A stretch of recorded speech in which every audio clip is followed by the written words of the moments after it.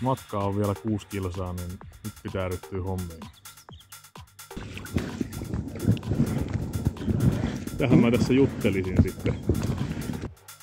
Lämpötila oli 1,4 astetta, eli en tiedä valitsinko sittenkään hirveän hyvää päivää tälle lupauksen toteuttamiselle. Hieno keli on.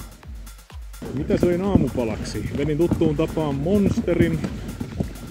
Pitäis varmaan pikkuhiljaa lopettaa. Ei ole vieläkään onnistunut. Sitten tuttuun tapaan tämmönen niinku sydänterveellinen vaihtoehto, mitä tässä nyt on vedetty viimeiset 2 vuotta. Eli semmonen joku brownie, fudge, leivos ja croissantti siihen kylkeen, niin saatiin päivän tyydyttynyt rasva saantisuositukset täyteen. Eli tulee lokki, vois saakeli. No ei se ehkä lokkaankin. Me tullaan nyt tämmöiseen kaarteeseen tässä näin, jossa selkeästi vauhti hidastuu, niin mä yritän mennä vähän lähemmäs tuota rantaa. On selkeästi vähän ongelmia tässä tekemisessä. Eihän se sitten hyvin päättynytkään, kun mulla loppui aika kesken. Jaha, nyt hajos sitten. No, ne nyt hajos sitten tuo. Nyt hajosi toinen. Nyt hajosi toinen näistä. Mikäs tämä nyt on? Airoista. Ja mun pitää yrittää saada se nyt kiinni tuolta. Eli ensimmäinen vastoinkäyminen. Ei mitään, lähdetään etsimään. Saitte dramaattisia tilanteita liveen nyt. Ihan kuin Matti Kyllönen täällä. Huippujännittävä tilanne. Eli tässä nähdään nyt tämmöisen Pekingin laadun ongelmat. Eli kyllä, täällä on murtunut nyt selkeästi toisesta näistä. Me saadaan tätä ehkä korjattua jotenkin. Jos me ei saada, niin me ollaan absoluuttisessa kusessa. Kyllä, tämä kierreosa niin lähti irti. Murtui. Se näyttää aika huonolta. Ja nyt mä sain hajotettua sitten lopulta tuonkin.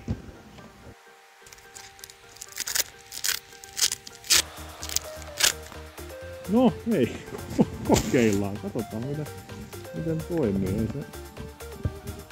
Tähän se insinöörityökin on. Perä, jos ei atomit järjestäytynyt oikein, niin kokeillaan uudestaan. Katsotaan. Yrittää tätä tehdä ja eihän se pysy enää se. Eihän se pysy, se on taas tuolla. Eli nyt ollaan ongelmissa. Ja nyt mulla on jäljellä enää tämmönen pieni nysä. Rauhallinen ja seesteinen ja tämmönen uskomattoman kaunis hetki. Linnut laulaa. Toisaalta koominen hetki. Mä olen keskellä Kokemäenjokea katkenneella airolla ja mun pitäisi päästä jotenkin töihin.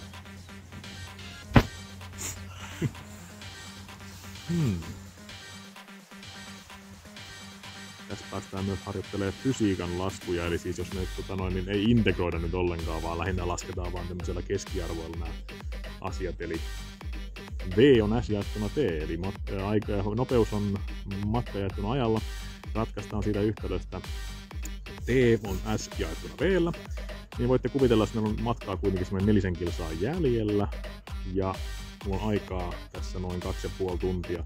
Meidän pitäisi saavuttaa kuitenkin semmonen niin kuin, miten se sanoisi, rollaattorivauhti tässä kuitenkin, että me päästäis ajoissa tonne Ulvilaan.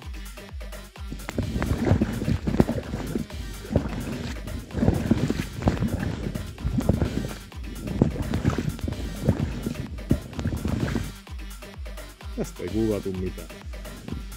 Nyt sitten jännitys ei kuitenkaan lopu tähän, koska mun pitää päästä jotenkin sitten rantautumaan anyway johonkin, jos mä ylipäänsä haluan täältä ikinä päästä mihinkään töihin. Eli mulla on tässä 2,5 tuntia aikaa.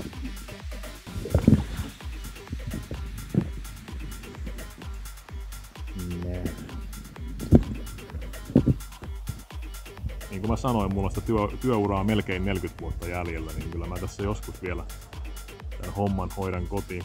Ensi vuonna mä ostan 200 € kumiveneen, niin ei ainakaan siitä jää kiinni sitten. Niin 68-vuotiaana niin mä tuun sitten moottoriveneellä perkele, jos ei muuten onnistu.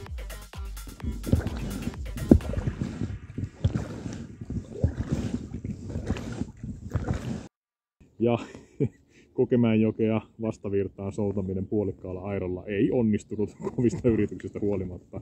Yritettiin teippailla ja yritettiin kaikkea mahdollista, mutta eihän sitä mitään tullut.